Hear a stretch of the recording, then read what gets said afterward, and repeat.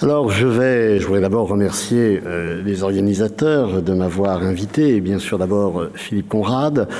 Donc, je voudrais effectivement évoquer avec vous cette question de la repentance en essayant, au fond, de me placer, comme le fera d'ailleurs Bernard Lublan tout à l'heure, dans la perspective, au fond, d'un historien universitaire. On parlait tout à l'heure, justement, de la question de la recherche historique, et je crois que en la matière, les historiens ont un certain nombre de choses à dire.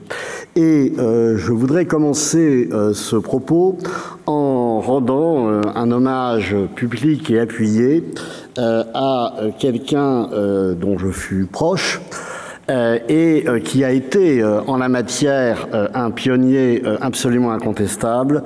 Je pense à Daniel Lefebvre et à son livre tout à fait passionnant que la jeune génération ne connaît peut-être pas nécessairement mais qu'elle doit lire, qui s'intitule « Pour en finir avec la repentance coloniale ». C'était un livre qui est paru en 2006 et à la suite de ce livre, nous avions organisé à ce qui s'appelait à l'époque l'Université de Metz un grand colloque sur le thème de l'Europe face à son passé colonial et nous avions montré, un de mes collègues messins est dans la salle en train de nous écouter, il y avait participé et nous avions justement essayé de montrer que cette question de la repentance coloniale n'est pas forcément et sûrement pas uniquement un problème français, mais qu'elle est bien davantage un problème européen. Alors, dans les premiers mots de son ouvrage « Pour en finir avec la repentance coloniale », Daniel Lefebvre soulignait l'importance de l'entreprise à l'œuvre de ceux qu'il appelait les repentants. Alors, qui étaient les repentants pour Daniel Lefebvre? Ces repentants étaient ceux qui entendaient, au fond, révéler la nature de l'État colonial, nature entre guillemets, et non pas en écrire l'histoire. Le résultat, pour Daniel Lefebvre, que je cite, était un roman noir du colonialisme, dont Daniel Lefebvre d'ailleurs soulignait qu'il pourrait tout aussi bien être contrebalancé par un livre blanc qui serait d'ailleurs pas forcément plus intéressant, qui ferait une apologie sans la moindre distance de la colonisation. Et ce qui me paraît important ici, c'est de montrer que ce thème de la repentance coloniale, il intervient à un moment bien particulier qu'a commencé d'ailleurs un petit peu à indiquer Philippe Conrad tout à l'heure dans son introduction, c'est-à-dire au fond la fin véritablement du XXe siècle et tout particulièrement la fin des années 1990. Car au fond, les historiens peuvent être parfois excellents, comme celui que je vais citer, Daniel Rivet, spécialiste du Maroc et spécialiste de la colonisation, mais parfois, quand ils parlent du présent, ils peuvent se tromper. Et Daniel Rivet, en 1992, dans la revue XXe siècle, donc 1992, c'est une date effectivement importante, pointait ce qu'il appelait le retrait apparent de l'épisode colonial. Et je vais vous lire une ou deux citations de ce texte qui est très intéressant parce que ça va vous montrer où nous en sommes, je dirais, 25 ans plus tard. Voilà ce qu'écrivait Daniel Rivet. Je le cite. « Le temps des colonies et l'épreuve de la colonisation s'éloignent de nous irréversiblement. Irréversiblement. Les passions refroidissent inéluctablement. Aux historiens d'aujourd'hui, donc on est en 1992, il appartient de prendre parti et d'en tirer la conclusion qu'on est enfin sorti des dialectiques de la célébration et de la condamnation du fait colonial qui a si longtemps et si profondément biaisé l'écriture de son histoire. » Et Daniel Rivet ajoutait « Qu'il soit néo ou anti, à ou post-colonial, l'historien de chez nous n'a plus à expier ou à s'autodéfendre. À accuser ou à s'excuser. Notre passé colonial s'est suffisamment éloigné pour que nous établissions avec lui un rapport débarrassé du complexe d'arrogance ou du réflexe de culpabilité. » C'était écrit il y a 25 ans. Vous voyez un petit peu où nous en sommes.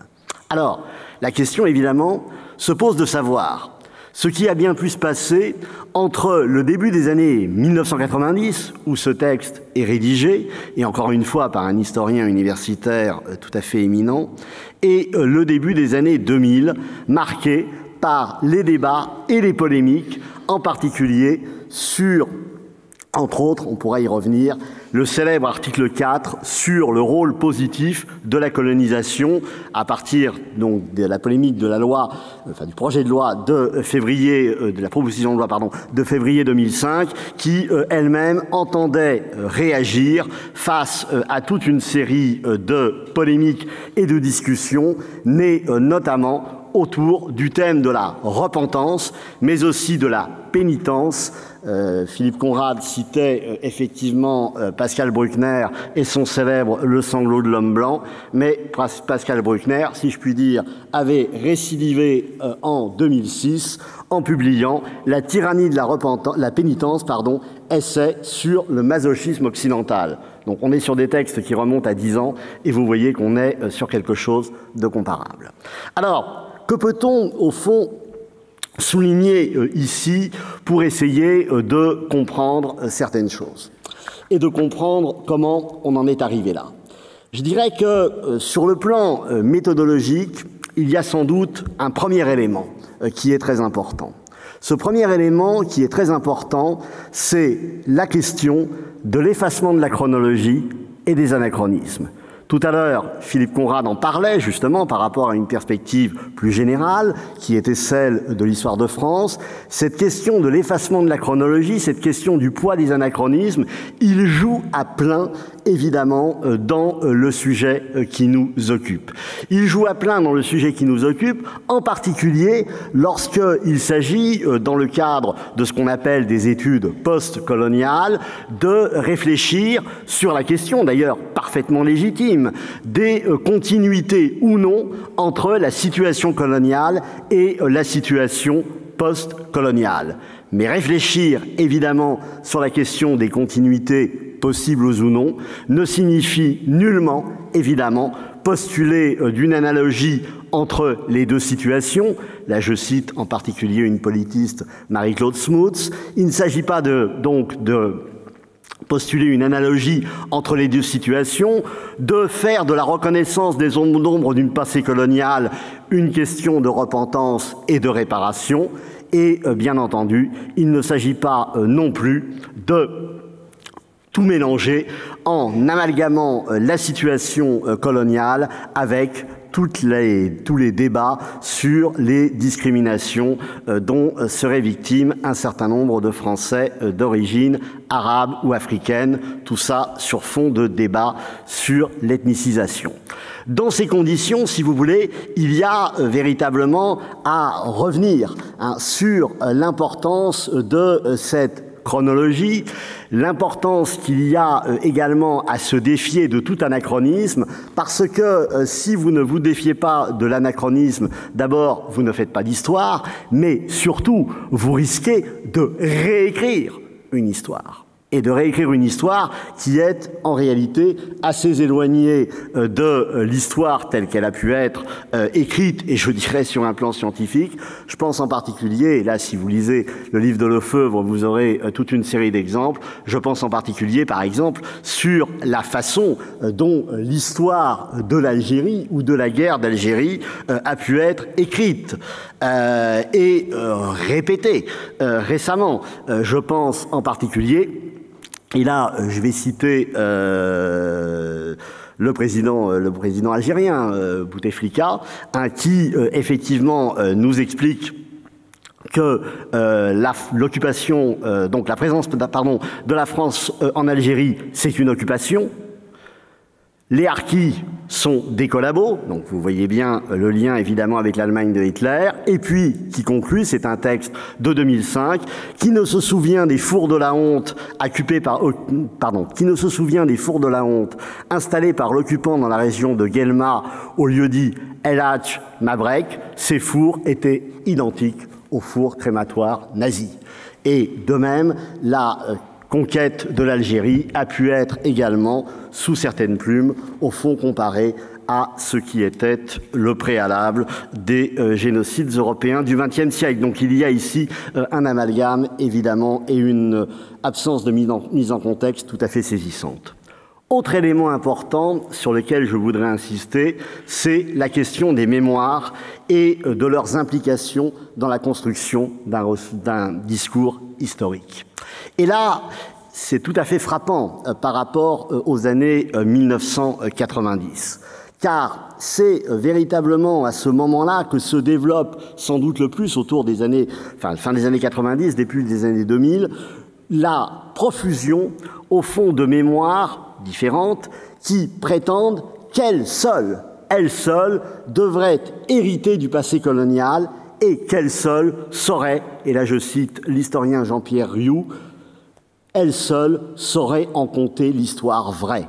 Et là, évidemment, il ressort que pour des historiens professionnels, des universitaires, il est évidemment inconcevable de considérer que ce soit la mémoire qui puisse écrire l'histoire. À l'inverse, l'historien considérera qu'il lui revient de prendre en compte évidemment les phénomènes mémoriels, mais pour en écrire l'histoire.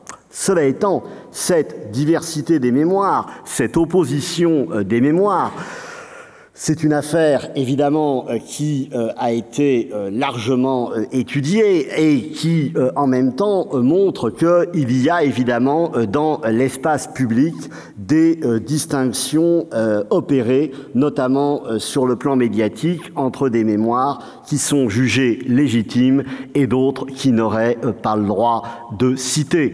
Et je me permets de revenir un instant sur un sujet qui m'a beaucoup occupé et qui continue bien sûr de m'intéresser de près, la fin de l'histoire de l'Algérie française, l'histoire de l'OAS et tous les débats, toutes les polémiques d'ailleurs, nées sur un certain nombre de monuments, de lieux de mémoire qui ont pu être érigés ou qui ont voulu être érigés à cette occasion, qu'il s'agisse de stèles ou qu'il s'agisse également une histoire assez douloureuse que certains ont peut-être en tête, qui concernait la question du mur des disparus à Perpignan. Alors, dans ces conditions, question d'anachronisme, question de poids des mémoires, on se retrouve évidemment, quand on est historien, à la croisée de chemins parfois difficiles. Et s'ajoute à cela, troisième élément qui me paraît très important, la question des lois mémorielles et l'irruption des politiques voulant se préoccuper de l'écriture de l'histoire. Et là, les années 2000 ont été, avant la loi de février 2005, particulièrement importantes en la matière, avec la législation sur le génocide arménien. La France reconnaît publiquement le génocide arménien, certes, mais à partir de là, évidemment, la question de l'historiographie se pose, la question sur la traite et l'esclavage, et bien sûr, tous les débats sur l'aspect positif de la colonisation dont je parlais tout à l'heure. Alors, dans ces conditions, si vous voulez, le début des années 2000 avait effectivement été marqué par une véritable ébullition et par une multitude de polémiques, notamment sur l'esclavage, dont Bernard Lugan parlera peut-être par rapport à notre collègue Pétré Grenouillot, etc., qui s'est retrouvé mis au banc des accusés. Et le résultat de tout cela, c'est que cette question coloniale, depuis toutes ces années, loin d'être apaisée comme l'espérait Daniel Rivet, est devenue de plus en plus sensible à l'échelle de la France. Cela étant, et je vois Philippe qui me fait un signe, je vais terminer en insistant sur, malgré tout, la dimension européenne du sujet. Parce que ce qu'il faut que vous compreniez bien, c'est que nous ne sommes pas seuls, si je puis dire, dans cette affaire, pour au moins deux raisons. D'abord, parce que le processus de colonisation a été un processus européen. De même que le processus de décolonisation a également été un processus européen. Et si un certain nombre de pays d'Europe, jusqu'à présent, ont été sans doute moins affectés par tous ces débats sur la repentance coloniale, notamment sans doute du côté de la péninsule ibérique, même si les choses peuvent changer un petit peu, d'autres pays que nous y ont été directement concernés. Je prendrai ici pour conclure 2 ou 3 exemples pour bien me faire comprendre. Premier exemple extrêmement intéressant, et je prends tous ces exemples dans les années 2000, bien entendu, 2000 et suivantes. Les polémiques, par exemple, liées en Allemagne, revenons à l'Allemagne, avec les débats autour du massacre des Herero en Afrique, massacre qui est intervenu en 1904. Massacre intervenu en 1904, qu'un certain nombre d'écrits ont voulu transformer au début du XXIe siècle, au fond, en un génocide qui aurait été, au fond, l'amorce du génocide nazi des années 40. Ce qu'il est intéressant de noter ici, c'est 2 choses. D'abord, c'est que beaucoup d'historiens avaient travaillé sur ce massacre des Herero qui n'avait rien de nouveau pour qui s'y était déjà intéressé.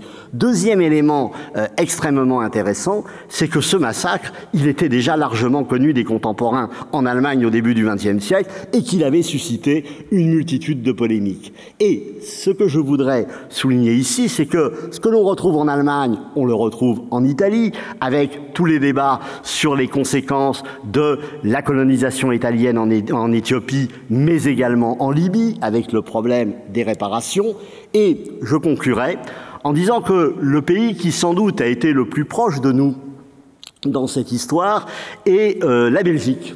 Nos voisins et amis belges ont été les plus en ligne, les plus mis en avant dans cette affaire, au point que certains ont pu écrire en France que la France était le seul pays européen, avec la Belgique, à s'être délibérément rangé du côté d'une nostalgie coloniale et d'un oubli institutionnalisé. Alors je cherche un petit peu l'oubli pour ma part, mais effectivement en Belgique, il y a un certain nombre de thématiques qui reviennent et qui reviennent régulièrement. Sur le cas de Léopold, roi génocidaire, et là, ça renvoie évidemment à des polémiques que l'on connaissait déjà au début du XXe siècle. Les choses ne sont pas si nouvelles. La question de la commission Lumumba et de l'assassinat et des conditions de l'assassinat du dirigeant congolais des années 60. Et encore, si certains avaient la curiosité de regarder l'article assez drôle d'ailleurs de notre collègue Francis Ballas sur les conséquences inattendues produites par la projection du film Indigène en Belgique, ils découvriraient que les Belges eux-mêmes ont cherché des indigènes qui, dans leur cas, étaient difficiles à trouver.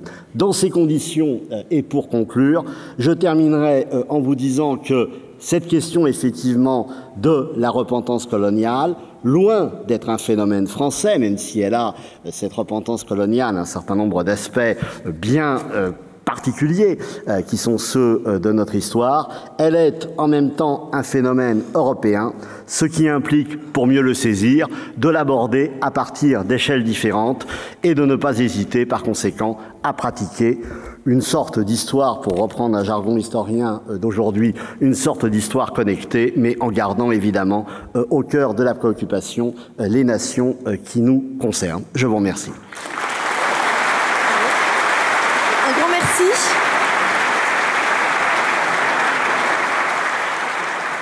Merci monsieur pour cette explication autour de la...